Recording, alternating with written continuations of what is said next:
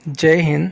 देखिए, ये हमारी कंप्यूटर की 5वीं क्लास है। इसके पहले हम 4 क्लासेस देख चुके हैं। बाकी 4 क्लासेस को देखने के लिए हमारे प्लेलिस्ट में जाके कंप्यूटर नामक प्लेलिस्ट में देख सकते हैं, ठीक है।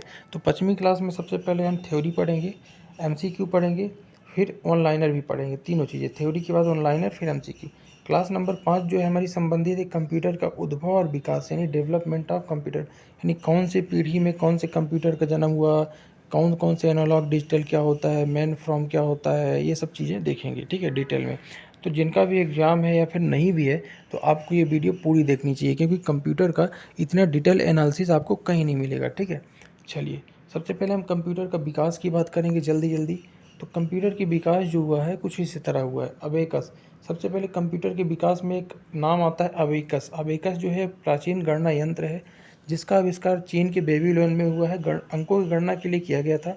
संसार में इसे पहला गणक कहा जाता है, पहला गणक अबेकस हो। और इसमें तारों में गोलाकार मनके में पिरोए हैं, जिसकी सहायता से गणका किया जाती है, गणना, ठीक है। इसके बाद बात करूंगा तो पास्कल लाइन क्या आई है। पास्कल लाइन कंप्यूटर का इतिहास है धीरे धीरे, ठीक है। तो फ्रांस के गणितज्ञ हैं ब्लेज पास्कल ने 1642 में पहला यांत्रिक गणना मशीन, जिसे मैकेनिकल कैलकुलेटर बोलते हैं, आविष्कार किया था। और ये केवल गुणा भाग कर सकता था, गुणा और घटा सकता था, जोड़ना घटाना। इसे एडिटिंग मशीन भी कहा गया। फिर डिफरेंस इंजन और एनालिटिकल इंजन आया, यानी ब्रिटिश एक आदमी है चार्ल्स बेबेज, उनने 1822 में डिफरेंस इंजन का आविष्कार किया, जो भाप से चलता था तथा गणनाएं कर सकता था, ठीक है। 1842 में यही चार्ल्स बेबेज नहीं है जो एक स्वचालित मशीन एनालिटिकल जो इंजन का आविष्कार किया, जो पंच कार्ड के निदर्शों पे काम करता था। और इसे ही 1842 में चार्ल्स बेबेज के इसी को ही पहला कंप्यूटर बोला जाता है, और कंप्यूटर के जनक भी इन्हें बोला जाता है, तो याद रखिएगा। एक नाम और आता है लेडी एरा अगस्ता। ये लेडी एरा अगस्ता जो है ना, इन्हें एनालिटिकल इंजन का पहला प्रोग्राम डाला था, इसलिए दुनिया का पहला प्रोग्रामर कहा जाता है लेडी एरा अगस्ता को, ठीक है। तो ये चीज़ भी आप याद रखना, ठीक। और इन्होंने क्या किया था, 2 अंकों की संख्या जो होती है 0 और 1, बाइनरी सिस्टम, इसका आविष्कार का श्रेय भी लेडी एरा अगस्ता को ही जाता है, ठीक है। इसके बाद अगर मैं फैक्ट की बात करूँगा, तो क्या आप जानते हैं चार्ल्स बेबेज को कंप्यूटर के क्षेत्र में योगदान के लिए आधुनिक कंप्यूटर का विज्ञान का जनक कहा जाता है, ठीक है, सबको पता है। सेंसस टेबुलेटर, इसके बाद थोड़ा विकास आगे बढ़ा तो 1890 में अमेरिका के वैज्ञानिक हार्मन होलरिथ हैं, जिन्होंने क्या किया, विद्युत से चलने वाले यंत्र का एक आविष्कार किया, जिसका प्रयोग अमेरिकी जनगणना होगा, अमेरिकी की जनगणना करने में किया जाता था। और मेमोरी के रूप में पंच कार्ड का आविष्कार का श्रेय भी इन्हें ही जाता है, हार्मन को, ठीक है। इसके बाद आया मार्क वन। क्या है मार्क वन? तो मार्क वन जो है 1937 से 44 के बीच आईबीएम नामक मोस्ट इम्पोर्टेंट कंपनी जो है, उसके सहयोग से वैज्ञानिक जो है हार्बर्ट आइकैन के निर्देशन में विश्व के पहले पूर्ण स्वचालित विद्युत यांत्रिक गणना का आविष्कार हुआ, जिसे मार्क वन नाम दिया। तो पहला पूर्ण स्वचालित विद्युत यंत्र कौन सा है, तो मार्क वन है। तो आप ये भूलिएगा नहीं, ठीक है। आगे बढ़ते हैं, हम थ्योरी को थोड़ा जल्दी पढ़ेंगे, ठीक है। क्या आप जानते हैं आधुनिक कंप्यूटर के विकास में सर्वाधिक योगदान डॉक्टर वॉन न्यूमैन होगा। इन्हें डेटा और अनुदेश दोनों में बाइनरी प्रणाली में संग्रहित करने का श्रेय जाता है। अब आ जाते हैं बहुत इंपॉर्टेंट चीज़, माइक्रो प्रोसेसर में। तो 1970 में इंटेल पहली कंपनी है जिसने प्रथम माइक्रो प्रोसेसर इंटेल 4004 का निर्माण कंप्यूटर के क्षेत्र में क्रांति ला दी। क्वेश्चन पूछा जाता है कि पहला माइक्रो प्रोसेसर किसने बनाया, तो 1970 में इंटेल नामक कंपनी द्वारा बनाया। आज भी इंटेल का नाम ही माइक्रो प्रोसेसर में सबसे आगे है, ठीक है। सबसे छोटे आकार के होने के कारण कंप्यूटर का निर्माण संभव हुआ, जिन्हें माइक्रो कंप्यूटर कहते हैं। और वर्तमान में इंटेल, पेंटियम, एमडी कुछ अन्य माइक्रो प्रोसेसर के ब्रांड हैं, ठीक है। बात करो एप्पल 2 की, तो एप्पल 2 क्या है, 1977 में पहला व्यावसायिक माइक्रो कंप्यूटर का निर्माण हुआ, जिसे एप्पल 2 नाम दिया गया। कंप्यूटर के विकास का वर्गीकरण अगर करेंगे तो कैसे होगा, समझो। कंप्यूटर का विकास सबसे पहले हम देखेंगे हार्डवेयर के आधार पर। हार्डवेयर क्या है, जिसे छू सकते हैं, महसूस कर सकते हैं, वो क्या है, हार्डवेयर है। तो हार्डवेयर के आधार पर बात करूँ तो पहली पीढ़ी के, दूसरी पीढ़ी की, तीसरी, चौथी और 5वीं पीढ़ी में कंप्यूटर को बांटा गया है, 5 पीढ़ियों में। जबकि अगर कार्यों के आधार पर बात करूँ तो एनालॉग कंप्यूटर, डिजिटल कंप्यूटर या हाइब्रिड कंप्यूटर, जो एनालॉग डिजिटल दोनों होते हैं, उनमें बांटा गया है, ठीक है। अगर आकार के आधार पर बात करूँ तो आकार के आधार पर और कार्य के आधार पर man from mini computer, micro computer, super computer में ये बांटा गया है, ठीक है। अब थोड़ा डिटेल देखेंगे। पहली पीढ़ी कहाँ शुरू होती है कंप्यूटर की, 1942 से लेकर जब चार्ल्स बेबेज ने खोज की थी, तब से लेकर 1955 तक की होती है पहली पीढ़ी। पहली पीढ़ी में क्या क्या हुआ था भाई साहब, देख लेते हैं। तो पहली पीढ़ी में क्या हुआ, कंप्यूटर के निर्माण में निर्यात क्या होगा, निर्यात ट्यूब, वैक्यूम ट्यूब जिसको बोलते हो, का प्रयोग किया गया। तो पहली पीढ़ी में वैक्यूम ट्यूब आया, इसे बॉल भी कहते हैं। सॉफ्टवेयर मशीनी भाषा तथा लो लेवल लैंग्वेज में इसे तैयार किया जाता था, ठीक है। तो ये था आपकी पहली पीढ़ी। अब मैं दूसरी पीढ़ी की बात करूँ, दूसरी पीढ़ी में क्या हुआ था, कंप्यूटरों में नेटवर्क ट्यूब की जगह सेमीकंडक्टर ट्रांजिस्टर का प्रयोग किया गया। किसका किया गया, अब वैक्यूम ट्यूब की जगह किसका प्रयोग किया गया, सेमीकंडक्टर ट्रांजिस्टर का, जो अपेक्षाकृत हल्के और कम विद्युत खपत वाले होते थे। और सॉफ्टवेयर की जो भाषा थी लो लेवल से क्या होगा, इस बार हाई लेवल, सेकंड में, द्वितीय पीढ़ी में, ठीक है। अब बात करूँगा तीसरी पीढ़ी में क्या हुआ, तो तीसरी पीढ़ी कंप्यूटर में ट्रांजिस्टर की जगह इंटीग्रेटेड सर्किट आ गया, यानी कुछ ज़्यादा ही विकास हो गया, आईसी जिसको बोलते हो। इंटीग्रेटेड सर्किट चिप आ गई, जो आईसी चिप कहते हैं, इनका उपयोग होने लगा, जिससे कंप्यूटर और छोटा हो गया। और इनपुट तथा आउटपुट के रूप में कीबोर्ड और मॉनिटर का प्रयोग, मोस्ट इंपॉर्टेंट, कीबोर्ड और मॉनिटर का प्रयोग कंप्यूटर की तीसरी पीढ़ी से किया जाने लगा, याद रखना, ठीक है। और जिससे कंप्यूटर में डेटा तथा निर्देशों को डालना आसान हो गया। इसके अलावा रैंडम होगा, रैंडम एक्सेस मेमोरी, रैम जिसको बोलते हैं, के कारण गति में वृद्धि हो गई। और जो कंप्यूटर गणना है जो नैनो सेकंड में होने लगी, यानी कि करोड़ों की संख्या में गणना होने लगी एक सेकंड में। अगर कुछ इंपॉर्टेंट फैक्ट की मैं बात करूं तो इंटीग्रेटेड सर्किट जिसको आईसी चिप बोलते हो, इसका विकास 1958 में जैक किल्बी और रावत के द्वारा किया गया है, रावत नोई के द्वारा। यानी जैक किल्बी और रावत नोई जो है आईसी सर्किट की खोज की है, इनका नाम मत भूलना। और आईसी जो चिप बनी होती है या तो सिलिकॉन या तो जर्मेनियम की बनी होती है, ठीक है। अब बात करूँगा चौथी पीढ़ी कंप्यूटर। चौथी पीढ़ी कंप्यूटर में क्या हुआ भाई, अब चौथी पीढ़ी कंप्यूटर में क्या हुआ, माइक्रो प्रोसेसर का प्रयोग बहुत ज़्यादा किया जाने लगा। लार्ज स्केल इंटीग्रेशन और वेरी लार्ज स्केल इंटीग्रेशन जैसे माइक्रो प्रोसेसर की क्षमता में क्या हुई, वृद्धि हो गई। और गणना जो है ना कंप्यूटर की और तेज़ हो गई। पहले नैनो में की जाती थी, अब पीको में की जाने लगी, यानी 10⁻⁻10 में। और इसमें हुआ क्या कि अत्यंत छोटा और हाथ में लेकर चलने वाला कंप्यूटर भी चौथी पीढ़ी में आ चुका था। अब मल्टीटास्किंग कारण कंप्यूटर का प्रयोग एक साथ कई कार्यों के लिए किया जाने लगा। 1971 में पर्सनल कंप्यूटर भी चौथी पीढ़ी के अंतर्गत ही आया है, याद रखना। Operating system MS DOS, window, ये सब चौथी पीढ़ी में आ गए थे, ठीक। उच्च गति वाले कंप्यूटर नेटवर्क लाइन का भी आविष्कार हुआ, जैसे कि हाई लेवल लैंग्वेज भाषा वगैरह का आविष्कार भी इसी में हुआ है, ठीक है, ठीक।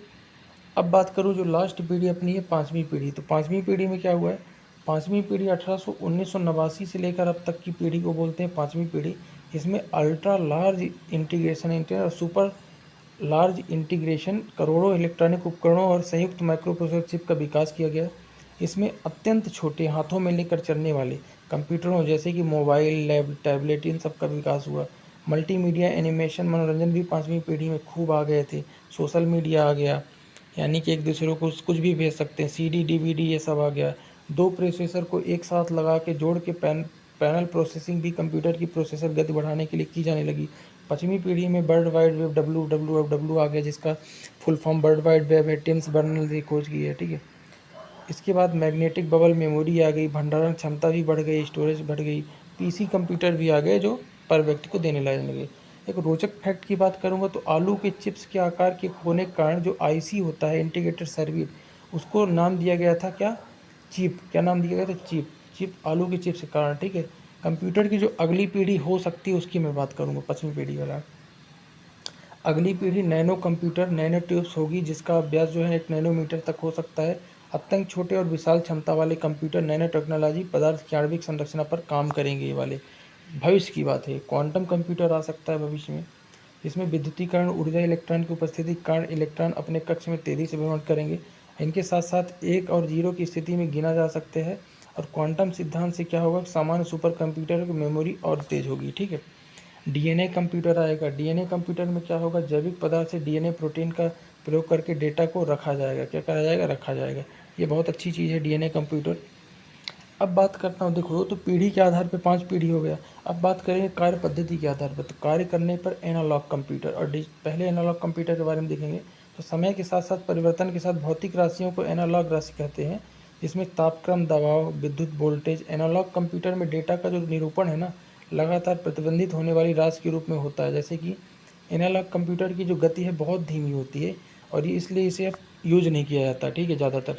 अब डिजिटल कंप्यूटर बहुत ज़्यादा यूज़ किया जाता था एक समय। जो इलेक्ट्रॉनिक संकेतों को डिजिटल कंप्यूटर जो है गणना के लिए दुधारी अंक यानी 0 और 1 में क्या करता है, बाइनरी सिस्टम में प्रयोग करता है। और वर्तमान में प्रचलित अनेक कंप्यूटर डिजिटल कंप्यूटर हैं।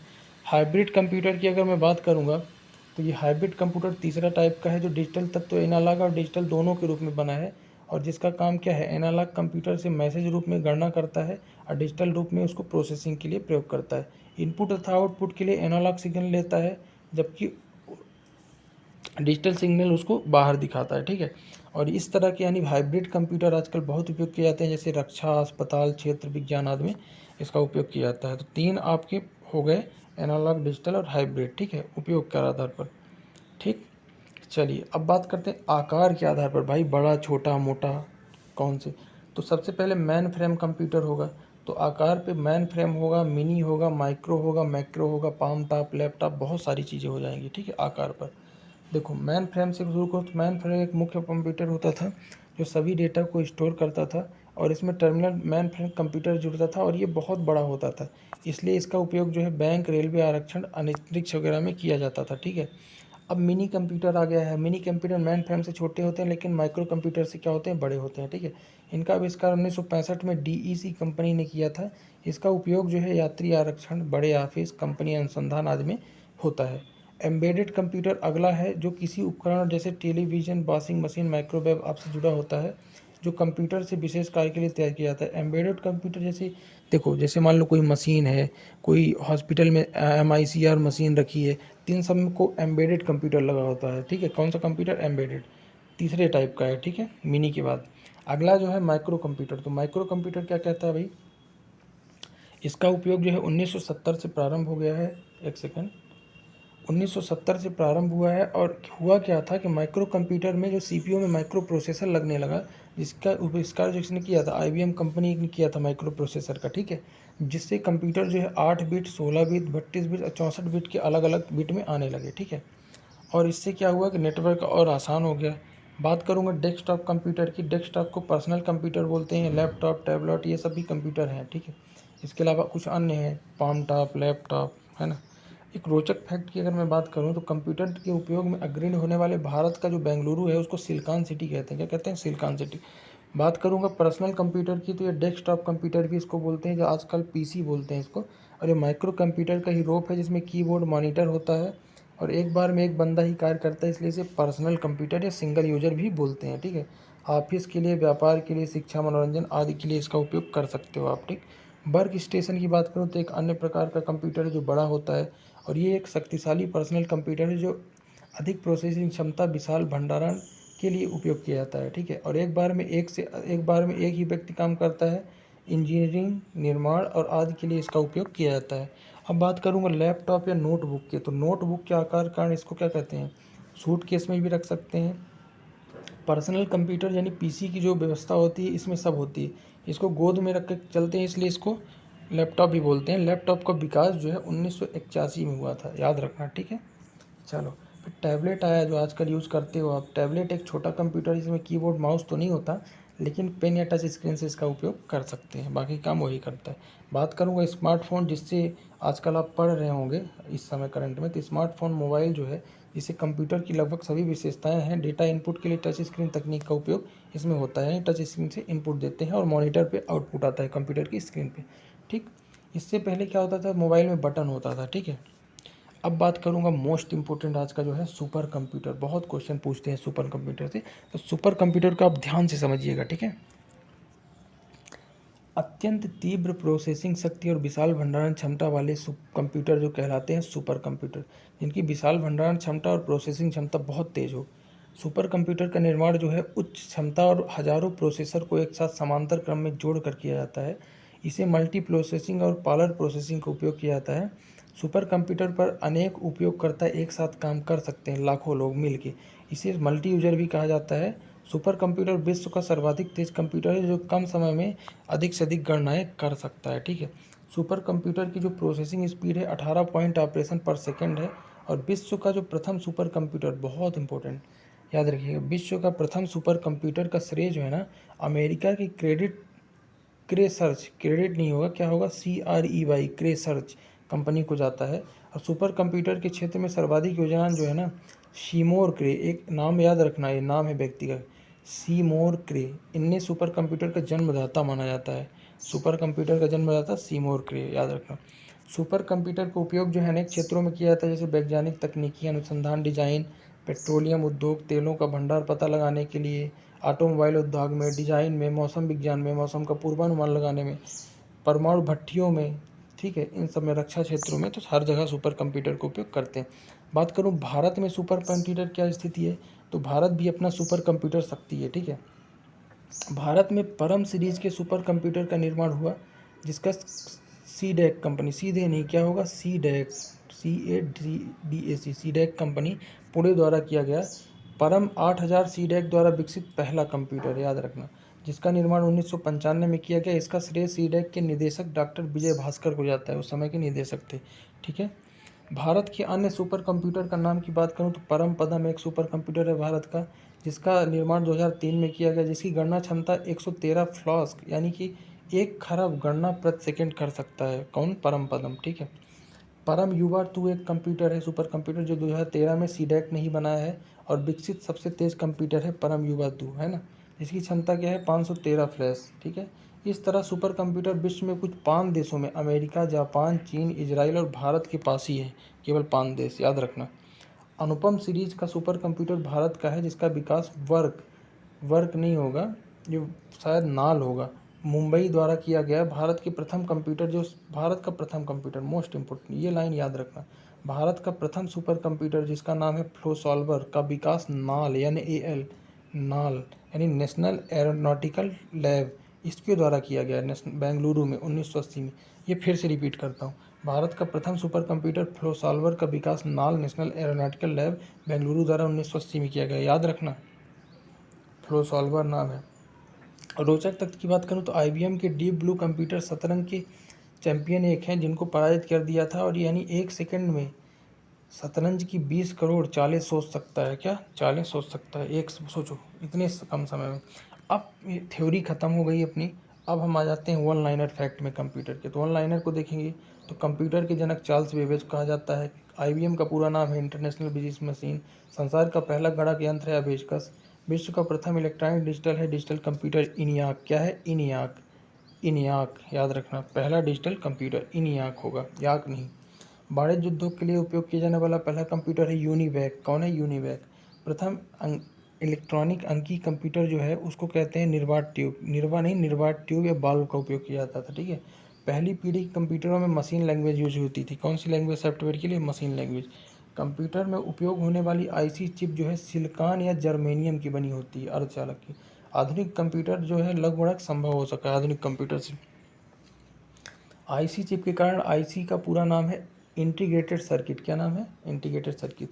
कंप्यूटर चिप में LSSI का अर्थ है लार्ज स्केल, यानी LSI, लार्ज स्केल इंटीग्रेशन, ठीक है।